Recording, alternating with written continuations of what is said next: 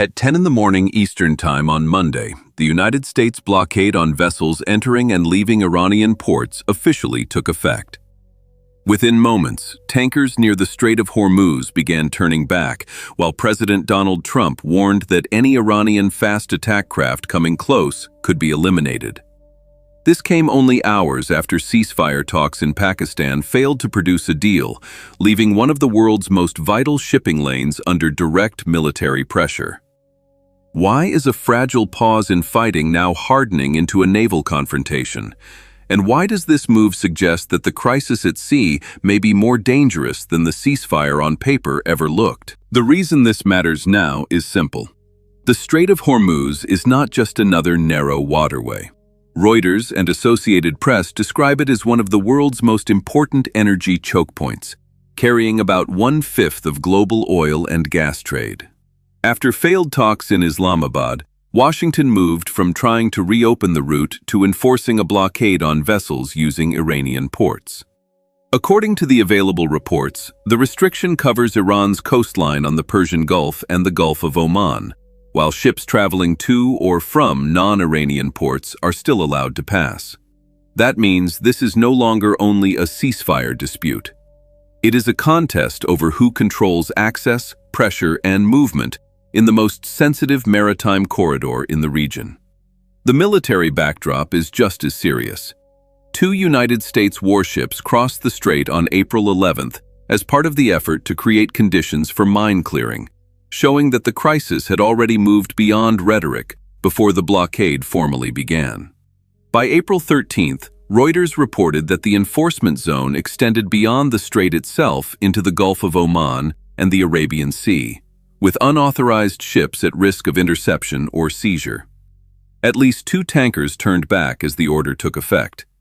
Based on what has been confirmed so far, the central issue is no longer whether tension exists.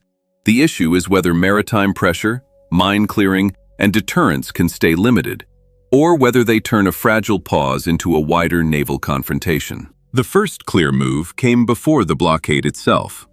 On April 11, 2 United States warships, the USS Frank Peterson and the USS Michael Murphy, sailed through the Strait of Hormuz. According to Reuters, United States Central Command said the transit was meant to set conditions for clearing mines in the waterway and to begin establishing a new safe passage for commercial traffic. That mattered because Washington was no longer speaking only about deterrence. It was starting to physically reshape access to the strait. The message was direct. The United States intended to challenge Iranian control at sea, step by step. At the same time, diplomacy was still active. Reuters reported that United States and Iranian delegations met in Islamabad just 4 days after the ceasefire announcement, in the highest-level direct contact between the two sides in more than a decade. The talks covered several linked issues, including the blocked Strait of Hormuz, Iran's nuclear program, and sanctions. But no breakthrough followed. By the end of the weekend, Vice President Vance described the American position as a final and best offer, while Associated Press and Reuters both reported that the first round ended without an agreement. That failure turned a mine-clearing effort into a wider pressure campaign. On Monday morning Eastern Time, the blockade on vessels entering or leaving Iranian ports took effect. Reuters reported that the military boundary extended beyond the strait into the Gulf of Oman and the Arabian Sea, while neutral ships heading to non-Iranian destinations were still allowed to pass. The first reaction was immediate. Marine traffic data cited by Reuters showed that 2 tankers, Rich Starry and Austria, turned around shortly after approaching the strait. At the same time, other ships moved through before the blockade window closed, showing that mariners were reacting in real time to a new and uncertain rule set. Then came the warning that hardened the tone. President Donald Trump said any Iranian fast attack ships that came close to the blockade would be eliminated. Associated Press also reported that Tehran answered with its own threat, warning it could strike targets across the Persian Gulf if attacked. So the opening phase of this crisis was not a single dramatic clash. It was a sequence. First, the United States tested the route with warships. Second, it tried to lock that pressure into diplomacy. Third, after the talks failed, it moved to enforcement. That is what changed the atmosphere from tense navigation into an active naval standoff. What changed next was the scale of the message. This was no longer only a warning from the White House or a military note to shipping companies. Reuters reported that the United Kingdom Maritime Trade Operations said it had been informed that maritime access restrictions were being enforced on Iranian ports, oil terminals, and coastal facilities. The restrictions applied to ships of all nationalities and flags if they were engaged with Iranian facilities, and they covered not only the Persian Gulf, but also the Gulf of Oman and the Strait of Hormuz. That widened the crisis from a narrow tactical problem into a regional shipping emergency. The practical effect showed up immediately in vessel movement and in the risk picture for crews already trapped in the area. Reuters said the International Maritime Organization had already noted limited traffic, with around 1,600 vessels and 20,000 seafarers stranded in the Gulf. At least 2 tankers turned back when the blockade took effect, while other ships tried to clear the area before the enforcement window closed. Humanitarian cargoes such as food and medicine were still allowed, but only after inspection. So the next stage was no longer about whether the order was real. The order was now shaping decisions on the water in real time. Then another shift appeared. Washington did not bring its allies with it. Reuters reported that Britain and France refused to join the blockade, even as they continued discussing a future multinational effort to help restore safe navigation after hostilities end. That matters because a unilateral American move looks very different from a broad coalition mission. It changes the political signal. It also changes the burden of enforcement, because holding a blockade in one of the busiest maritime corridors in the world demands ships, surveillance, legal clarity, and staying power. According to the available reports, that wider backing was not there. The economic pressure moved just as fast. Reuters reported that oil had already climbed above $100 a barrel as the blockade took hold, underscoring that this was not just a military contest at sea. It was becoming a test of endurance, credibility, and global economic tolerance. That is what changed next. The blockade stopped being a tactical response to a blocked strait and started acting like a larger instrument of coercion, with military, diplomatic, and economic consequences unfolding at the same time. The turning point came when this stopped looking like a temporary maritime measure and started functioning as a broader coercive strategy. Reuters reported that while the blockade was already in effect, Washington still left the door open for more talks in Islamabad later in the week. That combination changed the meaning of the operation. The blockade was no longer only about clearing mines or managing shipping risk. It had become pressure by force, kept active while diplomacy continued in the background. Based on what has been confirmed so far, that is the clearest sign that the crisis had moved into a more dangerous phase. Military action and negotiation were now running side by side. That matters because once a blockade becomes leverage, every movement at sea carries a second meaning. A tanker is no longer just a tanker. A patrol craft is no longer just a patrol craft. Every approach, every inspection, and every warning can be read as either enforcement or escalation. Reuters reported that President Donald Trump warned Iranian fast attack craft not to come near the blockade, saying they would be eliminated if they did. At the same time, Iran warned that regional targets could be hit if it came under attack. What changed here was not only the language, it was the rules of risk. A narrow shipping crisis was now sitting one incident away from a direct naval clash.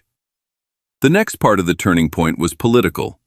Britain and France refused to join the blockade, even though European officials said restoring traffic through the Strait of Hormuz was of paramount importance. That split matters because it leaves the United States carrying the military burden of enforcement, while key allies hold back from the operation itself. According to Reuters, European governments were more focused on a future defensive or peace support mission after hostilities than on joining a live American pressure campaign. That does not reduce the seriousness of the blockade. It makes its character clearer. This was not emerging as a broad coalition response. It was becoming a largely American instrument of pressure in one of the most sensitive waterways on Earth. So this is the hinge point of the story. The crisis did not turn because one side fired the first dramatic shot at sea. It turned because blockade, deterrence, diplomacy, and alliance friction all fused into one moving confrontation. That is when a tense maritime standoff became something larger and much harder to contain. What this reveals, first, is the modern meaning of sea control. In the reports now available, the United States is not trying to seize the Strait of Hormuz in the old sense of a fleet battle. It is trying to regulate access, inspect cargo, clear mines, and shape commercial behavior under armed cover. That is a very different kind of maritime power.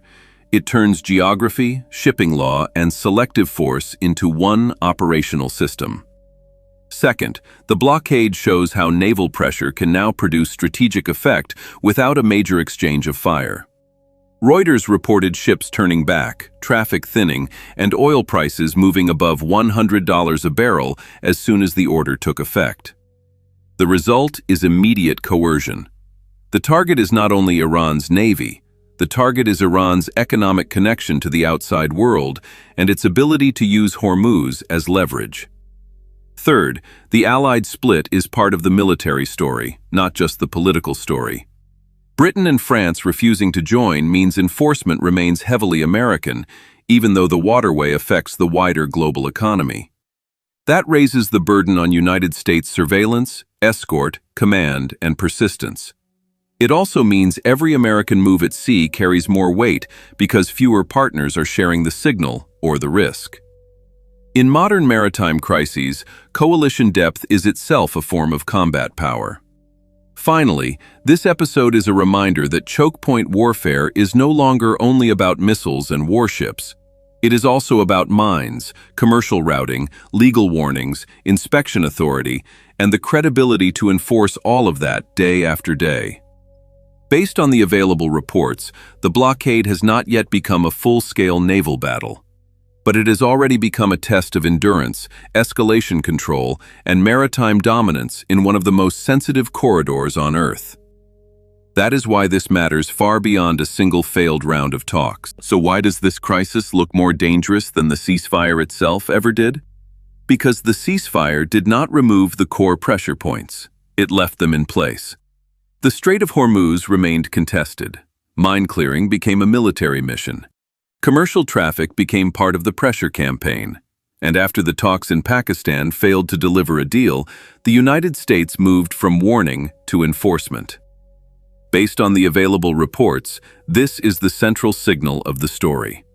The fighting may have paused, but coercion at sea did not. That is why this moment matters.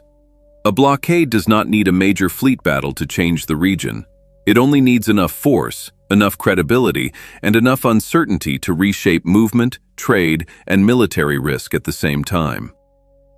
The clearest common point across reports is that Washington is now trying to control access around Iranian ports, while diplomacy remains unresolved and key allies remain outside the operation itself.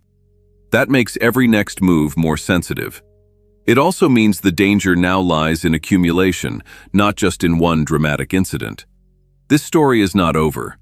The next question is whether maritime pressure stays limited, or whether one encounter at sea pushes the entire crisis into a direct confrontation.